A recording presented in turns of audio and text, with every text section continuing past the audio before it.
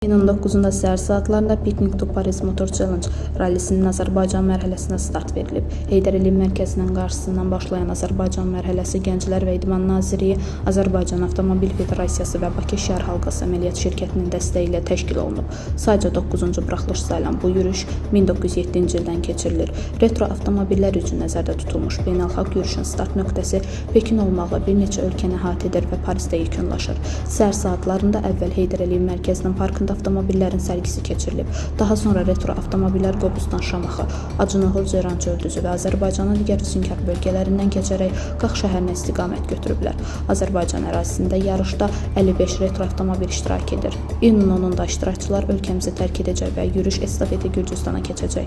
Pekin to Paris Motor Challenge təkcə avtomobil yürüyüşü deyil, bu həm də retro avtomobil həvəskarlarını bir araya gətirən əsl dözümlülük rallisidir. İştirakçılar avtomobillərlə təxminən 15.000 km məsafə qət edərək davamlılıq və dözümlülük tələb edən marşrutla hərəkət edirlər.